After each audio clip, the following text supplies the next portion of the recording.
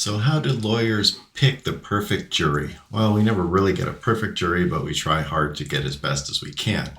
So, what the heck are lawyers doing when they are picking a jury?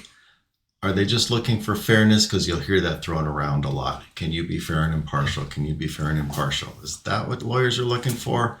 Well, kind of, but really what lawyers are looking for is strategy.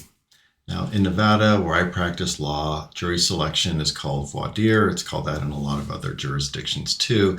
And it's the process where the lawyers ask questions of the jurors and kind of decide who's going to stay and who's going to go. Now, we're not just looking for fair jurors. What we're really looking for is jurors that will help our case. So, what are the lawyers doing? Well, the lawyers are testing biases. We ask questions that are designed to reveal hidden opinions, hidden biases. We're eliminating threats. If we run into a juror who seems too skeptical or too opinionated, they're probably going to be gone.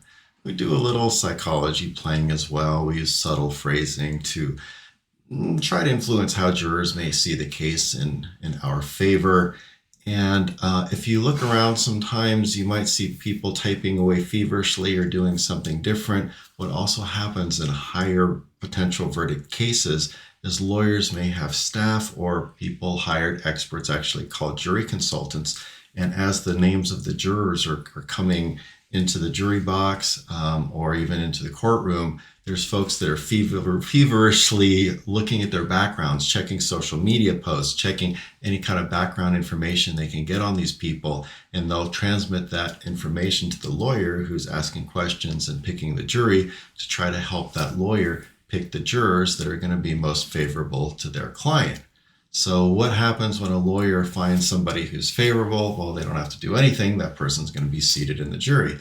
Well, unless the other side gets rid of them. Well, what if a lawyer wants to get rid of somebody? Well, then what do? Well, there's really two ways to remove jurors. The first one is called challenges for cause. And a challenge for cause is that lawyers will tell the judge, hey, judge, this juror is biased for these reasons, and the judge will remove the juror. And this can go on. There's no cap. There's any amount of jurors can be removed for cause. It's definitely difficult to show cause, but there's no cap on that. Now, the second way to remove jurors is what's called a peremptory challenge. And with a peremptory challenge, the lawyer can say, hey, I want this juror gone, but you don't have to give a reason for it. But you only get a limited number of these, so it's a real strategy game. You don't want to use all your peremptory challenges at once, because then the other lawyer might be able to stack the jury better in that lawyer's favor. So there's really a lot of planning. There's a lot of strategy that goes into jury selection. Some people even think cases are won and lost at jury selection.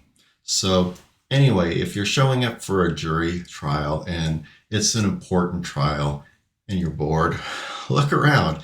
You might see these jury consultants, or you might see staff working very, very hard to learn every single thing they can about you and the other jurors during the voir dire process.